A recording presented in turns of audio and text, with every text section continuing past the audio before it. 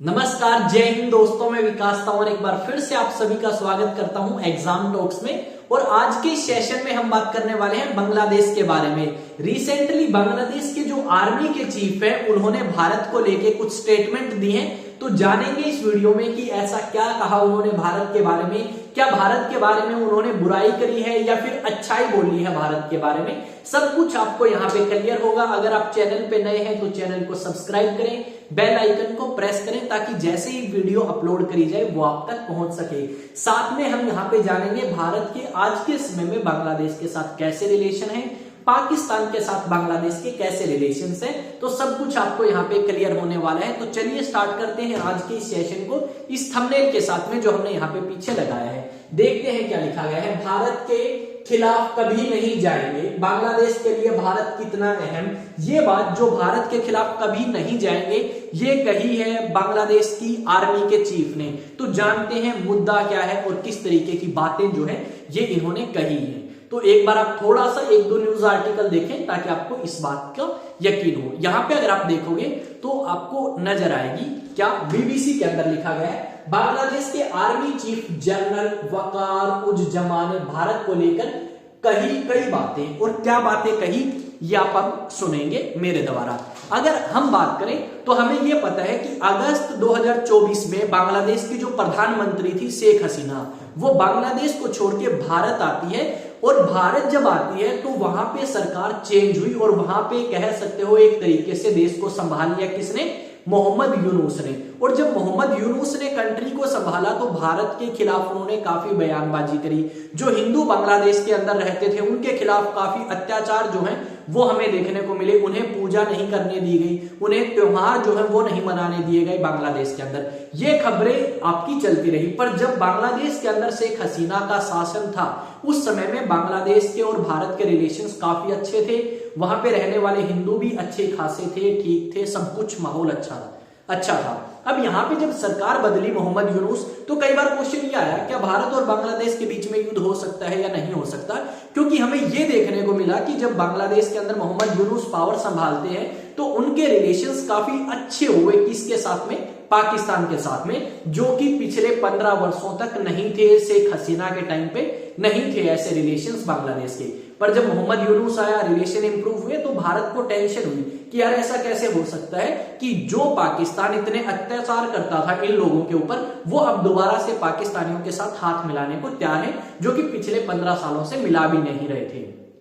यहाँ पे क्वेश्चन ये उठ के आता है कि भाई बांग्लादेश के लोग क्या सोचते हैं, या फिर हम बात करें बांग्लादेश की आर्मी के चीफ क्या सोचते हैं। तो उन्होंने रिसेंटली एक इंटरव्यू के अंदर कहा कि भारत के साथ हमारे रिलेशंस काफी अच्छे हैं और अच्छे ही रहेंगे। हम कभी नहीं चाहेंगे कि हम भारत के खिलाफ जाएं या भारत हमारे खिलाफ जाए। दोनों कंट्रीज आपस में बहुत ज्यादा बॉर्डर शेयर करती हैं। अगर हम बात करें बांग्लादेश की तो बांग्लादेश सबसे ज्यादा बॉर्डर शेयर करता है भारत के साथ और भारत सबसे ज्यादा बॉर्डर शेयर करता है बांग्लादेश के साथ। यानी काफी अच्छे दोस्त हैं और बॉर्डर भी काफी ज्यादा शेयर करते हैं। यहाँ पे बहुत सारे लोग ऐसे हैं जो बांग्लादेश के अंदर डेली वेजेस पे काम करने जाते हैं और बहुत सारे बांग्लादेशी नागरिक ऐसे हैं जो भारत के अंदर काम करने के लिए आते हैं, एजुकेशन के लिए आते हैं, हेल्थ फैसिलिटीज के लिए आते हैं। तो भारत भी हमारे ऊपर निर्भर करता है और हम भारत के ऊपर निर्भर करते हैं और हम नहीं चाहते। ये सारी बातें आपके किसने कही हैं, आर्मी के चीफ ने कही हैं बांग्लादेश के, कि हम भारत के खिलाफ नहीं जाना चाहते और भारत हमारे खिलाफ ना जाए। हम दोनों की अखंडता या इंटीग्रिटी का ख्याल रखेंगे। इंडिया हमारी और हम इंडिया की अखंडता इंटीग्रिटी का ख्याल रखेंगे, एक दूसरे के खिलाफ नहीं जाएंगे। एक तरफ हमें यह सुनने को मिला कि वहां पे जो पावर संभाल के बैठे हैं, चीफ एडवाइजर आप कह सकते हो उन्हें, मोहम्मद यूनुस, वो भारत के खिलाफ स्टेटमेंट पे स्टेटमेंट दिए जा रहे हैं। पर उनकी स्टेटमेंट से हम ये सोच सकते हैं कि कुछ नहीं होने वाला, क्योंकि वहां का जो आर्मी का चीफ है वो भारत के बारे में काफी अच्छा सोचते हैं। यहाँ पे अगर आप बात करोगे तो बहुत सारी चीजें हैं जिनके ऊपर भारत और बांग्लादेश ने मिलकर काम किया है, ठीक है।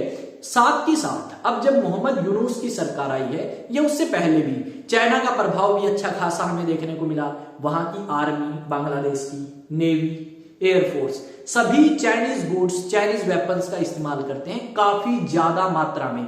जबकि भारत ने भी काफी मदद करी, भारत ने आजाद कराया बांग्लादेश को, फिर भी कहीं ना कहीं उनके चाइना के साथ अच्छे रिलेशंस हमें नजर आएंगे। साथ में पाकिस्तान के साथ भी पर इंपॉर्टेंट ये है कि भारत के साथ क्या रिलेशन इंप्रूव और हो पाएंगे या नहीं।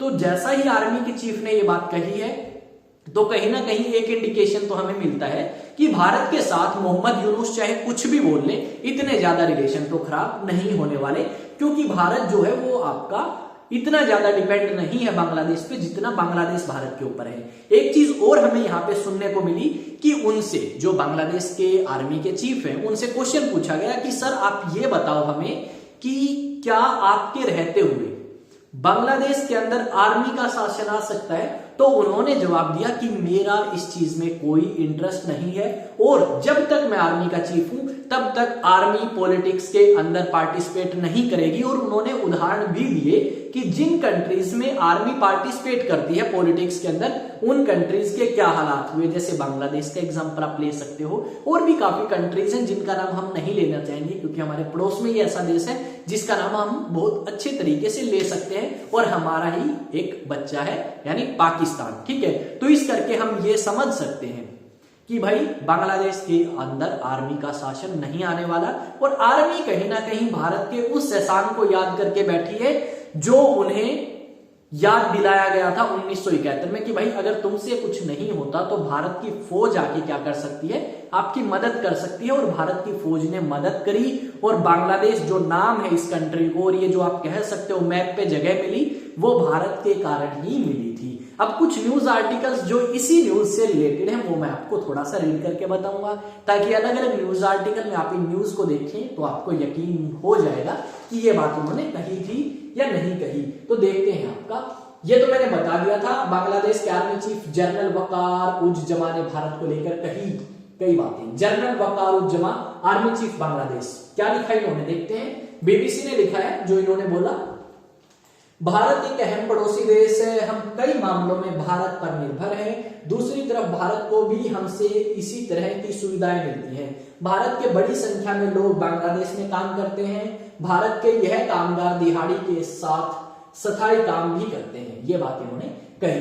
बांग्लादेश के सेना प्रमुख जनरल ने भारत से संबंधों की सराहना की, यानी क्या किया भाई, भारत की तो इस बंदे ने प्रशंसा ही करी है। उसके बाद और न्यूज आर्टिकल होंगे तो जरूर। बांग्लादेश के आर्मी चीफ ने यूनुस सरकार में हुई हिंसा पर दिया बड़ा बयान, भारत के साथ क्या करेंगे यह भी बताया। बांग्लादेश के जनरल ने देश में शांति, स्थिरता और विकास के लिए राष्ट्रीय सहमति, राजनीतिक दलों की भूमिका और पड़ोसी देशों के साथ मजबूत संबंधों पर बल दिया। यानी ये नहीं चाहते भाई भारत के साथ रिलेशन आपके खराब करें। तो आई थिंक आप समझ चुके होंगे कि यहाँ पे क्या कहना चाहते हैं आप। ठीक है, तो इस चीज को आप देखें और अपना जो भी ओपिनियन है डेफिनेटली आप वो मेरे साथ शेयर कर सकते हैं अलग अलग सोशल मीडिया प्लेटफॉर्म पे, कमेंट सेक्शन में। और भाई आप सभी से सॉरी बोलना चाहेंगे क्योंकि पिछली वीडियो में शायद एक में मैंने ये बोल दिया छत्रपति शिवाजी महाराज,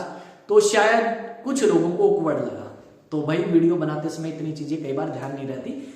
छत्रपति शिवाजी महाराज इसी तरीके से बोलेंगे यार, और अगर कोई मिस्टेक हुई है तो उसके लिए माफी। ठीक है, और शायद हुई होगी तभी आपको हर्ट हुआ है, तो उस चीज के लिए थोड़ा सा कोशिश करेंगे कि आगे से ऐसा कुछ ना हो। और मैंने पूरी कोशिश करी थी कि पूरी रिस्पेक्ट के साथ उनका नाम लिया जाए, पर फिर भी शायद आपको लगा बुरा, कोई दिक्कत नहीं, उसको आगे से ध्यान रखा जाएगा। एनडीए के लिए आप मेरे साथ प्रिपेयर कर सकते हैं। एक बैच स्टार्ट हो चुका है 1 जनवरी को, ठीक है, और ये चलेगा एग्जाम तक यानी अप्रैल तक। दूसरे बैच की अगर हम बात करें तो बहुत जरूरी है दूसरा बैच आपके लिए जानना। 1 अप्रैल से स्टार्ट होगा और इसमें वो स्टूडेंट्स एनरोल करें भाई जो स्टूडेंट्स आपके कक्षा 11वीं में इस बार होंगे, यानी 11th क्लास, 12th क्लास या 12th क्लास पास कर लेंगे। तो इनके लिए तो देखो स्पेशल बैच है। इनके लिए क्या है, 11th और 12th के साथ साथ आपको क्या कराई जाएगी, एनडीए की प्रिपरेशन कराई जाएगी। तो डेफिनेटली आप अप्रोच कर सकते हैं हमें, और एनडीए के लिए आप एक बेहतरीन तरीके से प्रिपेयर कर सकते हैं। संभावना काफी होगी एग्जाम की निकालने की अगर आप हमारे साथ प्रिपेयर करेंगे तो। ठीक है, एक चीज और मैं बताऊंगा यहाँ पे भाई, अब आप चाहोगे कि सर अगर हम प्रिपेयर करें तो कैसे बताएं, तो इस नंबर पे 9812579188 पे इन्फॉर्म कर सकते हैं भाई, मैसेज करें।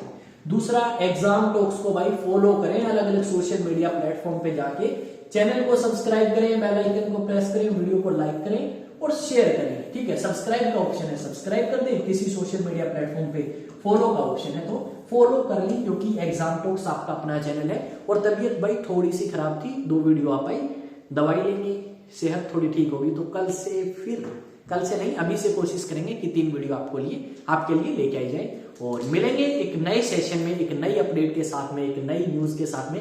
तब तक जय हिंद, जय भारत।